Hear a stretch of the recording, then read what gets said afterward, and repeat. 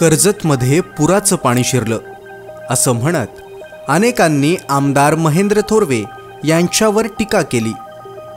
उल्हास नदीचा बंधारा नको आहे असं म्हणत विरोधकांच्या आरोपानं नागरिकांमध्ये संभ्रम निर्माण झाला आणि राजकारण शिजलं।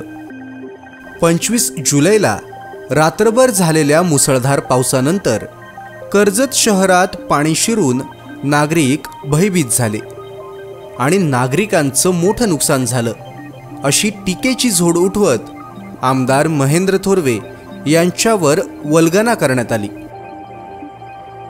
अतिमुसळधार पावसामुळे उल्हास नदीच्या परिसरात पातळी वाढून पाणी रस्त्यावर आलं होतं, पण भीतीसारखी पूर परिस्थिती निर्माणच झाली नाही। विरोधक उगाचच खोटे आरोप करतायत। एवढा पाऊस पडूनही पुराच्या पाण्यानं नागरिकांचं नुकसान झालं नाही, ह्यात नागरिक समाधानी आहेत। आमदार महेंद्र थोरवे फाउंडेशनच्या माध्यमातून त्यांचे कार्यकर्ते शहरात सतत फिरत होते आणि कोणाला काही आपत्कालीन मदत लागल्यास ती पुरवण्यास सज्ज होते असं स्पष्टीकरण संकेत भासे यांनी मांडून त्वरित उत्तर दिलं। एकीकडे पूर आला म्हणणारे विरोधक आणि दुसरीकडे उल्हास नदीच्या संवर्धनामुळे पुराचा धोका टळलाय असं सांगणारे संकेत भासे, यामध्ये नक्की खरं आणि नक्की खोटं कोण? सर्वात आधी पूर आला की नाही आणि मुसळधार पावसामुळे उल्हास नदीची असलेली पातळी। 24 जुलैला सकाळी 8 वाजता उल्हास नदीची पातळी इशारा पातळीपेक्षा सुद्धा कमी होती। 25 जुलैला सकाळी 8 वाजता सुद्धा उल्हास नदीची पातळी इशारा पातळीपेक्षा कमीच होती। पुन्हा त्याच दिवशी संध्याकाळी 6 वाजता 135 मिलीमीटर इतका मुसळधार पाऊस पडून सुद्धा उल्हास नदी संथ आणि इशारा पातळीच्या खाली होती। 26 जुलैला सुद्धा नदी इशारा पातळीच्या खालीच होती। म्हणजेच पूर अहवालानुसार ना उल्हास नदीने इशारा पातळी ओलांडली ना पूर आला।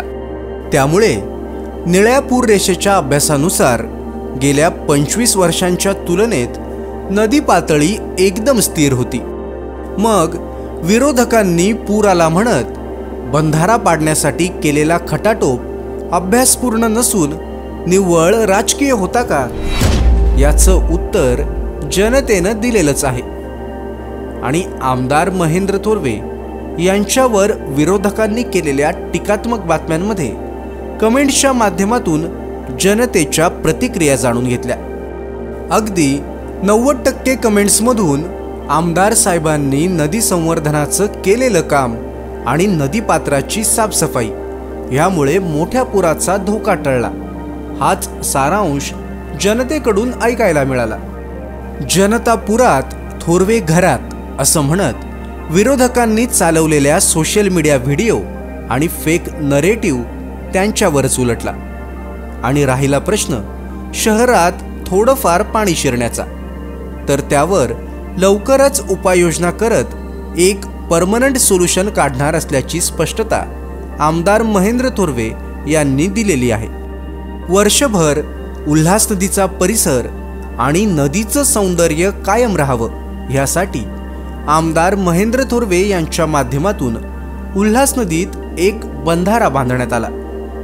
उल्हास नदीच्या तीरावर असणारी भव्य विठ्ठलाची मूर्ती आणि भीमा नदीचा भास करून देणारी उल्हास नदी म्हणजे सर्व जनतेची धार्मिक मांदियाळी आहे असं म्हणत आमदार महेंद्र थोरवे यांनी अल्पावधीतच महाराष्ट्रात प्रसिद्ध झालेलं पर्यटन स्थळ घडवलं। कर्जत शहराला विळखा घालणारी उल्हास नदी आणि पावसाळ्यात तिचं रौद्र रूप शांत करण्यासाठी गरज होती ती नदी सफाईची। गेल्या 3 वर्षांपासून सतत नदीमधला गाळ, जलपर्णी आणि कचरा काढत नदीपात्र रुंद आणि खोल करण्यात आलं। आमदार महेंद्र थोरवे यांनी पूररेषेचा अभ्यास करून नदीला मार्ग मोकळा करून दिला। आधी विठ्ठल मूर्ती आणि आता उल्हास नदीच्या बंधाऱ्यावरून एवढंच काय तर संवर्धनावरूनही विरोधकांचं राजकारण शिजल्यानं कर्जतच्या विकासात नक्की अडथळा कोण हे जनतेसमोर स्पष्ट झालं.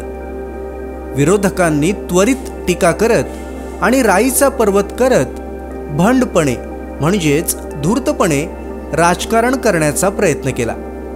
पण आमदार महेंद्र थोरवे यांनी थंडपणे म्हणजेच अगदीच शांततेत कामातून उत्तर दिलेलं आहे, एवढं मात्र नक्की.